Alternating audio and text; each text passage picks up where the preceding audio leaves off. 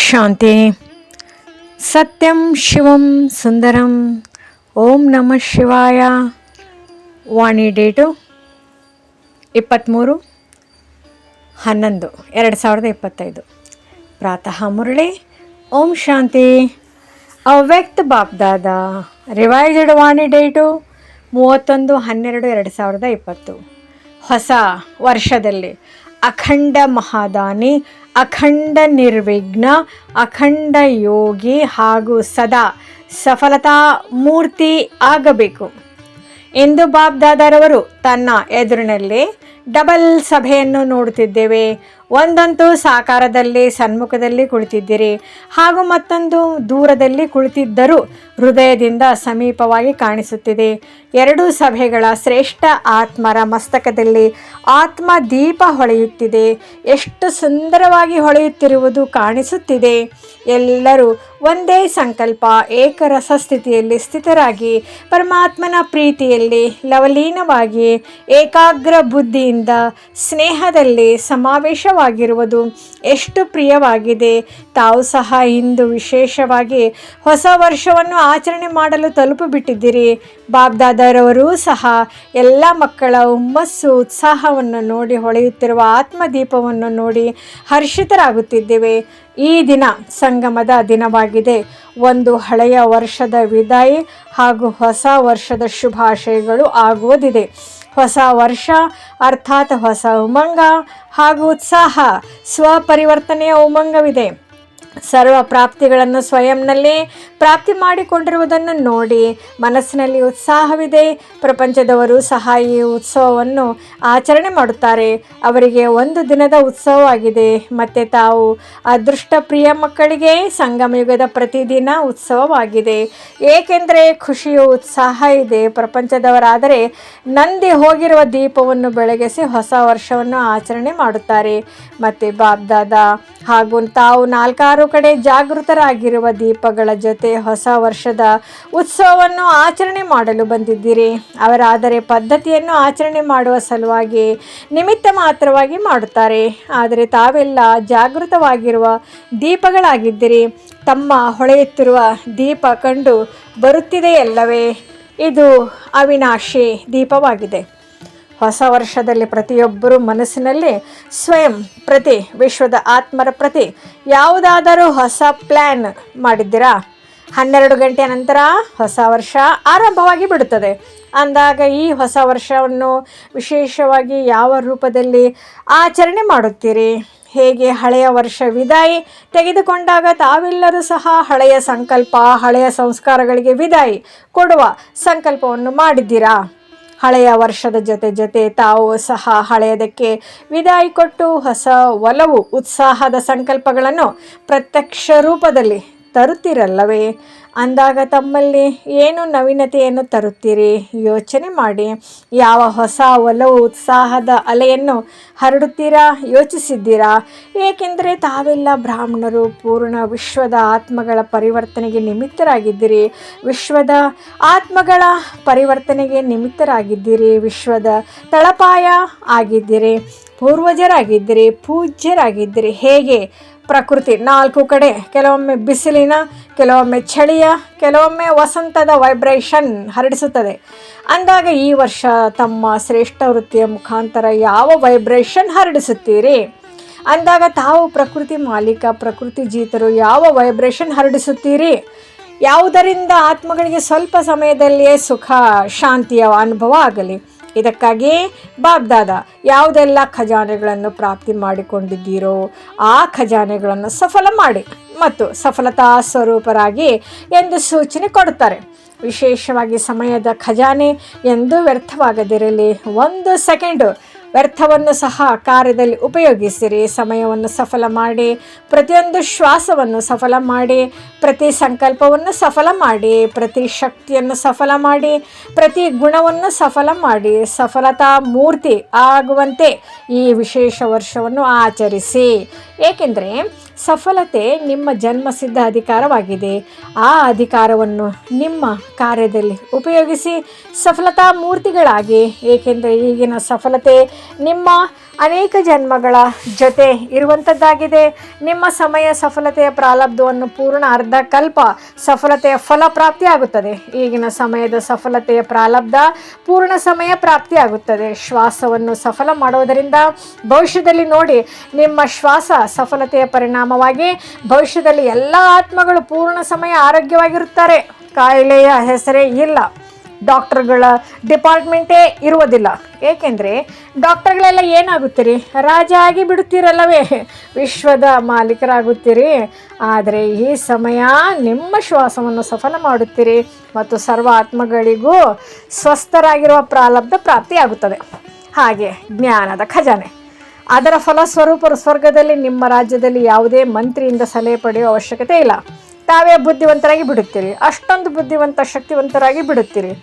ಶಕ್ತಿಗಳನ್ನು ಸಫಲ ಮಾಡುತ್ತೀರಿ. ಅದರ ಪ್ರಾರಬ್ಧವಾಗಿ ಅಲ್ಲಿ ಎಲ್ಲ ಶಕ್ತಿ, ವಿಶೇಷವಾಗಿ ಧರ್ಮಸತ್ತ, ರಾಜ್ಯಸತ್ತ ಎರಡೂ ಸಹ ವಿಶೇಷ ಶಕ್ತಿಗಳು ಅಲ್ಲಿ ಪ್ರಾಪ್ತಿಯಾಗುತ್ತದೆ. ಗುಣಗಳ ಖಜಾನೆ ಸಫಲ ಮಾಡುತ್ತೀರೆಂದಾಗ ಅದರ ಪ್ರಾರಬ್ಧವಾಗಿ ದೇವತಾ ಪದವಿಯ ಅರ್ಥವೇ ಆಗಿದೆ ದಿವ್ಯ ಗುಣಧಾರೆ. ಮತ್ತು ಜೊತೆಗೆ ಈಗ ಕೊನೆಯ ಜನ್ಮದಲ್ಲಿ ತಮ್ಮ ಜಡಮೂರ್ತಿಯ ಪೂಜೆ ಮಾಡುತ್ತಾರೆ ಅಂದಾಗ ಯಾವ ಮಹಿಮೆ ಹಾಡುತ್ತಾರೆ, ಸರ್ವಗುಣ ಸಂಪನ್ನ ಅಂದಾಗ ಈ ಸಮಯದ ಸಫಲತೆಯ ಪ್ರಾರಬ್ಧ ಸ್ವತಃವಾಗಿಯೇ ಪ್ರಾಪ್ತಿಯಾಗುತ್ತದೆ. ಅದಕ್ಕಾಗಿ ಖಜಾನೆಗಳು ಸಿಕ್ಕಿದೆ, ಖಜಾನೆಗಳಿಂದ ಸಂಪನ್ನರಾಗಿದ್ದೇವೆ. ಆದರೆ ಸ್ವಪ್ರತಿ ಅಥವಾ ವಿಶ್ವದ ಪ್ರತಿ ಎಷ್ಟು ಸಫಲತೆ ಮಾಡಿದ್ದೇವೆ ಎಂದು ಪರಿಶೀಲಿಸಿಕೊಳ್ಳಿ. ಹಳೆಯ ವರ್ಷಕ್ಕೆ ಬೀಳ್ಕೊಡುಗೆ ಕೊಡುತ್ತೀರೆಂದಾಗ ಹಳೆಯ ವರ್ಷದಲ್ಲಿ ಯಾವ ಜಮಾದ ಖಜಾನೆ ಸಫಲ ಮಾಡಿದೆವು, ಎಷ್ಟು ಮಾಡಿದೆವು ಇದನ್ನು ಪರಿಶೀಲಿಸಿಕೊಳ್ಳಿ. ಮತ್ತು ಬರುವಂತಹ ವರ್ಷದಲ್ಲಿ ಈ ಖಜಾನೆಗಳನ್ನು ವ್ಯರ್ಥದ ಹೊರತಾಗಿ ಸಫಲ ಮಾಡಲೇಬೇಕು. 1 ಸೆಕೆಂಡು ಸಹ ಮತ್ತು ಯಾವುದೇ ಖಜಾನೆಯು ಸಹ ವ್ಯರ್ಥ ಆಗದಿರಲಿ. ಮೊದಲೇ ಹೇಳಿದ್ದೇವೆ ಅಲ್ಲವೇ, ಸಂಗಮಯುಗದ 1 ಸೆಕೆಂಡಿನ ಸಮಯ ಸೆಕೆಂಡ್ ಅಲ್ಲ, ವರ್ಷಕ್ಕೆ ಸರಿಸಮವಾದದ್ದು. ಈ ರೀತಿ ತಿಳಿಯಬೇಡಿ, 1 ಸೆಕೆಂಡು 1 ನಿಮಿಷ ಹೋಯಿತು ಎಂದು ವ್ಯರ್ಥವಾಗಿ ಹೋಗುವುದು. ಇದಕ್ಕೆ ಹುಡುಗಾಟಿಕೆ ಎಂದು ಹೇಳಲಾಗುತ್ತದೆ. ತಮ್ಮೆಲ್ಲರ ಲಕ್ಷ್ಯವಾಗಿದೆ ನಾವು ಬ್ರಹ್ಮ ತಂದೆಯ ಸಮಾನ ಸಂಪನ್ನ ಮತ್ತು ಸಂಪೂರ್ಣರಾಗಬೇಕೆಂದು ಅಂದಾಗ ಬ್ರಹ್ಮ ತಂದೆಯು ಸರ್ವ ಖಜಾನೆಗಳನ್ನು ಆದಿಯಿಂದ ಅಂತಿಮ ದಿನದವರೆಗೆ ಸಫಲ ಮಾಡಿದರು. ಇದರ ಪ್ರತ್ಯಕ್ಷ ಪ್ರಮಾಣ ನೋಡಿದ್ದೀರಲ್ಲವೇ. ಸಂಪೂರ್ಣ ಫರಿಷ್ಠೆ ಆದರು. ತಮ್ಮ ಪ್ರಿಯ ದಾದಿಯನ್ನು ನೋಡಿದರೆ ಅವರು ಸಹ ಸಫಲ ಮಾಡಿದರು ಮತ್ತು ಸಫಲ ಮಾಡುವ ಒಲವು ಉತ್ಸಾಹವನ್ನು ಸದಾ ಹೆಚ್ಚಿಸಿದರು ಅಂದಾಗ ಡ್ರಾಮಾನುಸಾರ ವಿಶೇಷ ವಿಶ್ವದ ಸೇವೆಯ ಅಲೌಕಿಕ ಪಾತ್ರಕ್ಕೆ ನಿಮಿತ್ತರಾದರು. ಈ ವರ್ಷ ನಾಳೆಯಿಂದ ಪ್ರತಿದಿನ ಸಫಲ ಆಗಿದೆಯೋ ಅಥವಾ ವ್ಯರ್ಥವಾಗಿದೆಯೋ, ಏನಾಯಿತು, ಎಷ್ಟು ಆಯಿತು ಎಂದು ತಮ್ಮ ಚಾರ್ಟನ್ನು ಇಟ್ಟುಕೊಳ್ಳಬೇಕು. ಅಮೃತ ವೇಳೆಯಿಂದಲೇ ದೃಢ ಸಂಕಲ್ಪವನ್ನು ಮಾಡಿ, ಸಫಲತೆ ನನ್ನ ಜನ್ಮಸಿದ್ಧ ಅಧಿಕಾರವಾಗಿದೆ ಎಂದು ಸ್ಮೃತಿ ಸ್ವರೂಪರಾಗಬೇಕು. ಸಫಲತೆ ನನ್ನ ಕೊರಳಿನ ಹಾರವಾಗಿದೆ. ಸಫಲತೆಯ ಸ್ವರೂಪವೇ ಸಮಾನರಾಗುವುದು. ಬ್ರಹ್ಮ ತಂದೆಯ ಜೊತೆ ಪ್ರೀತಿ ಇದೆಯಲ್ಲವೇ ಅಂದಾಗ ಬ್ರಹ್ಮ ತಂದೆಗೆ ಎಲ್ಲರಿಗಿಂತ ಜಾಸ್ತಿ ಪ್ರೀತಿ ಯಾವುದರ ಜೊತೆ ಇದೆ ಗೊತ್ತಿದೆಯೇ? ಯಾವುದರ ಜೊತೆ ಪ್ರೀತಿ ಇತ್ತು? ಮುರಳಿಯ ಜೊತೆ ಪ್ರೀತಿ ಇತ್ತು. ಕೊನೆಯು ದಿನದಲ್ಲೂ ಸಹ ಮುರಳಿಯ ಪಾಠವನ್ನು ಮಿಸ್ ಮಾಡಲಿಲ್ಲ. ಬ್ರಹ್ಮ ತಂದೆಯ ಜೊತೆ ಯಾರಿಗೆ ಪ್ರೀತಿ ಇದೆಯೋ ಆ ಪ್ರೀತಿಯ ಮರುಪಾವತಿ ಬ್ರಹ್ಮ ತಂದೆಗೆ ಯಾವುದರ ಜೊತೆ ಪ್ರೀತಿ ಇದೆಯೋ ಅದರ ಜೊತೆ ನನ್ನ ಪ್ರೀತಿ ಸ್ವತಃವಾಗಿ ಸಹಜವಾಗಿ ಇರಬೇಕು. ಸಮಾನರಾಗುವುದರಲ್ಲಿ ಇದನ್ನು ಪರಿಶೀಲನೆ ಮಾಡಿಕೊಳ್ಳಬೇಕು. ಬ್ರಹ್ಮ ತಂದೆ ಇನ್ನೊಂದು ವಿಶೇಷತೆ ಏನಾಗಿದೆ? ಸದಾ ಅಲರ್ಟ್, ಹುಡುಗಾಟಿಕೆ ಅಲ್ಲ. ಕೊನೆಯ ದಿನದಲ್ಲೂ ಸಹ ಎಷ್ಟು ಅಲರ್ಟ್ ರೂಪದಲ್ಲಿ ತನ್ನ ಸೇವೆಯ ಪಾರ್ಟನ್ನು ಮಾಡಿದರು. ಶರೀರ ಬಲಹೀನವಾಗಿದ್ದರೂ ಹೇಗೆ ಅಲರ್ಟ್ ಆಗಿದ್ದರು? ಯಾವುದೇ ಆಧಾರವನ್ನು ತೆಗೆದುಕೊಳ್ಳಲಿಲ್ಲ. ಅಲರ್ಟ್ ಮಾಡಿ ಹೋದರು. 3 ಮಾತುಗಳ ಮಂತ್ರವನ್ನು ಕೊಟ್ಟು ಹೋದರು. ಎಲ್ಲರಿಗೆ ನೆನಪಿದೆಯೇ? ಎಷ್ಟು ಅಲರ್ಟ್ ಅಂದರೆ ಎಚ್ಚರಿಕೆಯಿಂದ ಆಗಿರುತ್ತೀರಿ, ಫಾಲೋ ಮಾಡುತ್ತೀರಿ. ಹುಡುಗಾಟಿಕೆ ಸಮಾಪ್ತಿ ಆಗಿಬಿಡುತ್ತದೆ.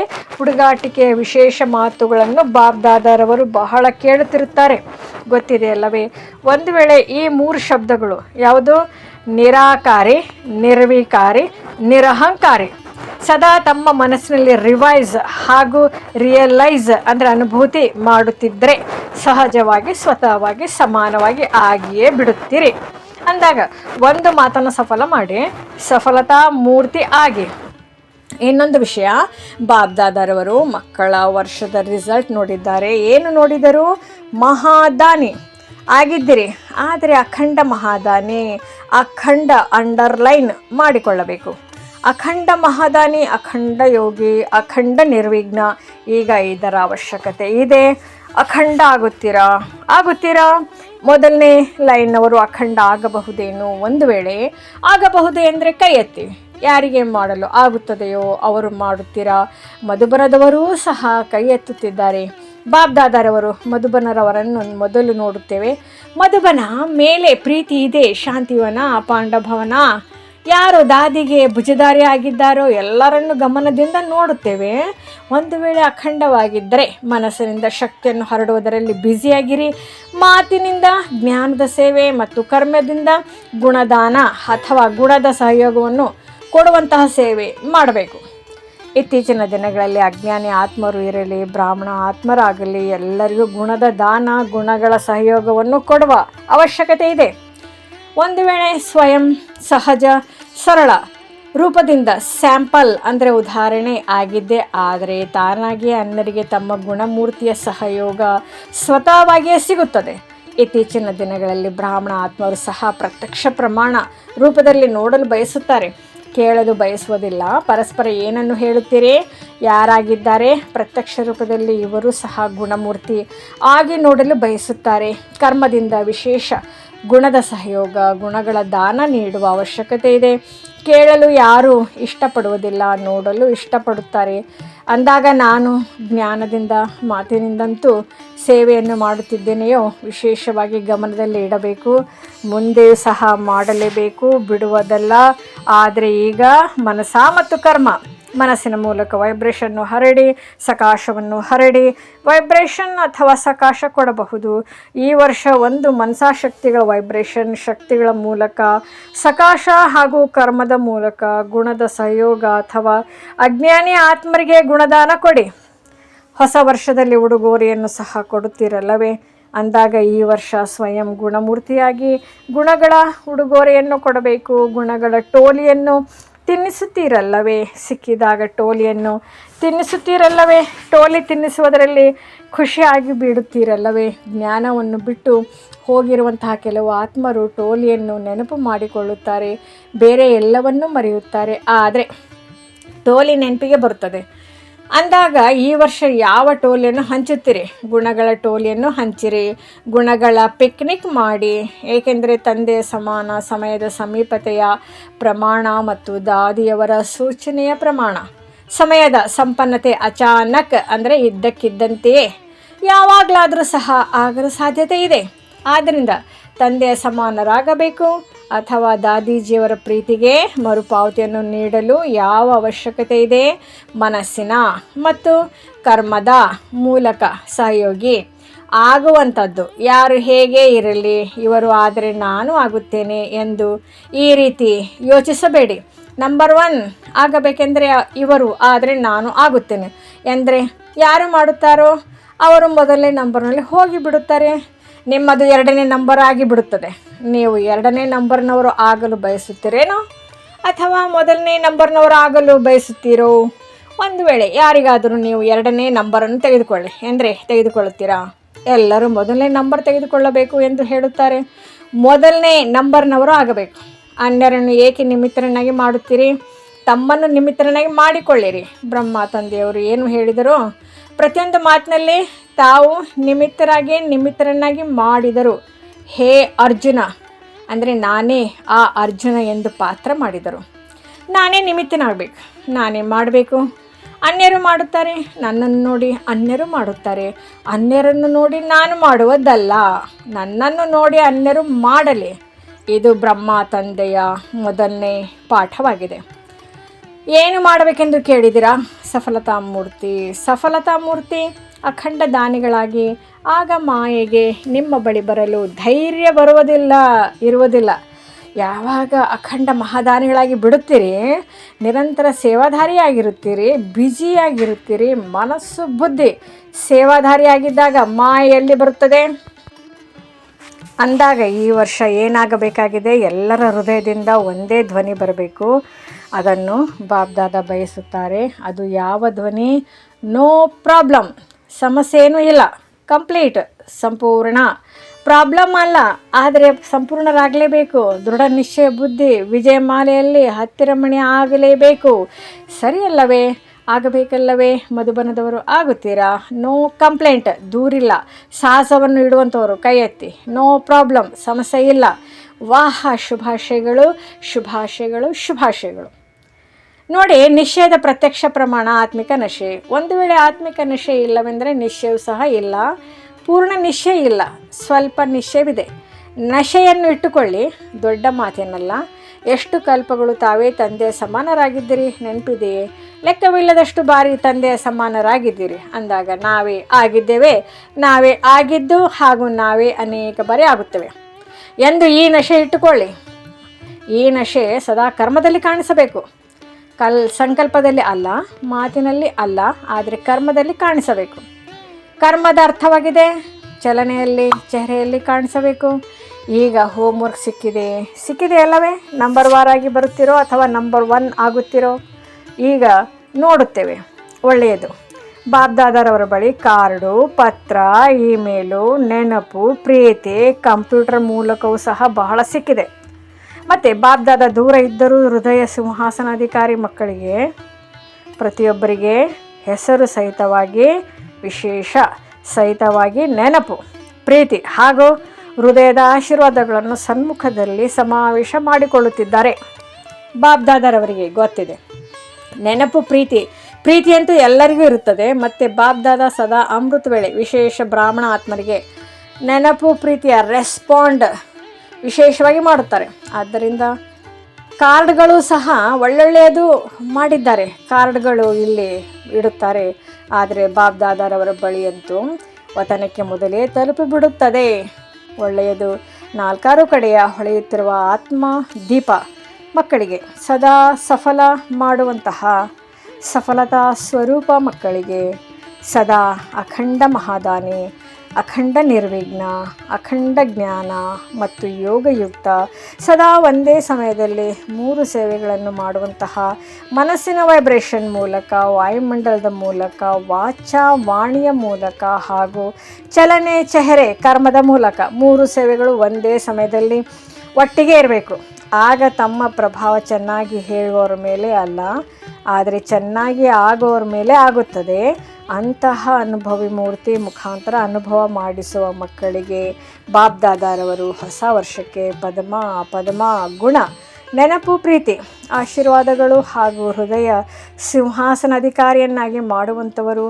ಆದ್ದರಿಂದ 4 ಕಡೆಯ ಮಕ್ಕಳಿಗೆ ಯಾರು ಸನ್ಮುಖದಲ್ಲಿ ಇದ್ದಾರೆ, ದೂರದಲ್ಲಿ ಕುಳಿತಿದ್ದರು, ಹೃದಯ ಸಿಂಹಾಸನವಾದ ಮೇಲೆ ಇದ್ದಾರೆ, ಎಲ್ಲರಿಗೆ ಹೆಸರು ಹಾಗೂ ವಿಶೇಷತೆ ಸಹಿತವಾಗಿ ನೆನಪು, ಪ್ರೀತಿ ಹಾಗೂ ನಮಸ್ತೆ. ಒಳ್ಳೆಯದು. ಯಾರು ಮೊದಲನೇ ಬಾರಿ ಬಂದಿದ್ದೀರಿ ಅವರು ಎದ್ದು ನಿಂತುಕೊಳ್ಳಿ, ಕೈಯನ್ನು ಅಲುಗಾಡಿಸಿ ನೋಡಿ. ಅರ್ಧ ಕ್ಲಾಸ್ ಮೊದಲನೇ ಬಾರಿ ಬಂದಿದ್ದಾರೆ. ಹಿಂದಿನವರು ಕೈಯನ್ನು ಅಲುಗಾಡಿಸಿ. ಟಿ ವಿಯಲ್ಲಿ ಕಾಣಿಸುತ್ತದೆ, ಬಹಳ ಜನ ಇದ್ದಾರೆ. ಒಳ್ಳೆಯದು. ಮೊದಲನೇ ಬಾರಿ ಬಂದಿರೋರಿಗೂ ಬಾಬ್ದಾದರವರ ಬಹಳ ಹೃದಯದ ಶುಭಾಶಯಗಳು ಹಾಗೂ ಹೃದಯದ ನೆನಪು, ಪ್ರೀತಿಯೂ ಸಹ ಇದೆ.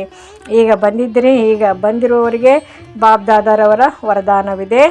ಅಮರ ಭವ ವರದಾನ. ಕಿರುಕುಳ ಕೊಡುವಂಥವರಿಗೂ ಗುಣಮಾಲೆಯನ್ನು ತೊಡಿಸುವಂಥವರು ಇಷ್ಟ ದೇವ, ಮಹಾನ್ ಆತ್ಮಭವ. ಹೇಗೆ ಇತ್ತೀಚಿನ ದಿನಗಳಲ್ಲಿ ತಾವು ವಿಶೇಷ ಆತ್ಮರ ಸ್ವಾಗತ ಮಾಡುವ ಸಮಯದಲ್ಲಿ ಕೊರಳಿಗೆ ಸ್ಥೂಲ ಮಾಲೆ ಹಾಕುತ್ತಾರೆ, ಆಗ ನೀವು ಹಾಕಿದವರ ಕೊರಳಿಗೆ ವಾಪಸ್ ಆ ಮಾಲೆಯನ್ನು ಹಾಕುವಿರಿ. ಅದೇ ರೀತಿ ಕಿರುಕುಳ ಕೊಡುವವರಿಗೂ ಸಹ ನೀವು ಗುಣಮಾಲೆಯನ್ನು ತೊಡಿಸಿದಾಗ ಅವರು ಸ್ವತಃವಾಗಿ ನಿಮಗೆ ಗುಣಮಾಲೆಯನ್ನು ವಾಪಸ್ ಮಾಡುತ್ತಾರೆ. ಏಕೆಂದರೆ ಕಿರುಕುಳ ಕೊಡುವವರಿಗೆ ಗುಣಮಾಲೆಯನ್ನು ತೊಡಿಸುವುದು ಅರ್ಥಾತ್ ಜನ್ಮಾಂತರಕ್ಕಾಗಿ ಭಕ್ತರಾಗಿ ನಿಶ್ಚಿತ ಮಾಡಿಕೊಳ್ಳುವುದಾಗಿದೆ. ಇಲ್ಲಿ ಕೊಡುವುದೇ ಅನೇಕ ಬಾರಿ ತೆಗೆದುಕೊಳ್ಳುವುದಾಗಿ ಬಿಡುವುದು. ಇದೇ ವಿಶೇಷತೆ. ಇಷ್ಟ ದೇವ, ಮಹಾನ್ ಆತ್ಮರನ್ನಾಗಿ ಮಾಡಿ ಬಿಡುವುದು. ಸ್ಲೋಗನ್. ತಮ್ಮ ಮನಸಾವೃತ್ತಿ ಸದಾ ಒಳ್ಳೆಯ ಶಕ್ತಿಶಾಲಿಯನ್ನಾಗಿ ಮಾಡಿಕೊಂಡಾಗ ಕೆಟ್ಟಿರುವುದು ಸಹ ಒಳ್ಳೆಯದಾಗಿ ಬಿಡುತ್ತದೆ. ಅವ್ಯಕ್ತ ಸೂಚನೆ. ಅಶರೀರಿ ಅಥವಾ ವಿದೇಹಿ ಸ್ಥಿತಿ ಅಭ್ಯಾಸ ಹೆಚ್ಚಿಸಿ. ಎಷ್ಟೇ ಕಾರ್ಯಗಳ ನಾಲ್ಕಾರು ಕಡೆ ಸೆಳೆತವಿರಲಿ, ಬುದ್ಧಿ ಸೇವೆಯ ಕಾರ್ಯದಲ್ಲಿ ಅತಿ ಬ್ಯುಸಿಯಾಗಿರಲಿ, ಇಂತಹ ಸಮಯದಲ್ಲಿ ಅಶರೀರಿ ಆಗುವ ಅಭ್ಯಾಸ ಮಾಡಿ ನೋಡಿ. ಎಂದೂ ಸಹ ಯಥಾರ್ಥ ಸೇವೆಯ ಬಂಧನ ಇರುವುದಿಲ್ಲ. ಏಕೆಂದರೆ ಯೋಗಯುಕ್ತ ಯುಕ್ತಿಯುಕ್ತ ಸೇವಾಧಾರಿ ಸದಾ ಸೇವೆ ಮಾಡುತ್ತಲೂ ಸಹ ಉಪರಾಮ್ ಆಗಿರುತ್ತಾರೆ. ಹೀಗಲ್ಲ, ಸೇವೆ ಬಹಳ ಇದೆ, ಆದ್ದರಿಂದ ಅಶರೀರಿ ಆಗಲು ಸಾಧ್ಯವಾಗಲಿಲ್ಲ. ನೆನಪಿಟ್ಟುಕೊಳ್ಳಿ, ನನ್ನ ಸೇವೆ ಅಲ್ಲ, ಬಾಬಾರವರು ಕೊಟ್ಟಿದ್ದಾರೆ ಎಂದರೆ ನಿರ್ಬಂಧನರೂ ವಾಗಿರುವಿರಿ. ಓಂ ಶಾಂತಿ.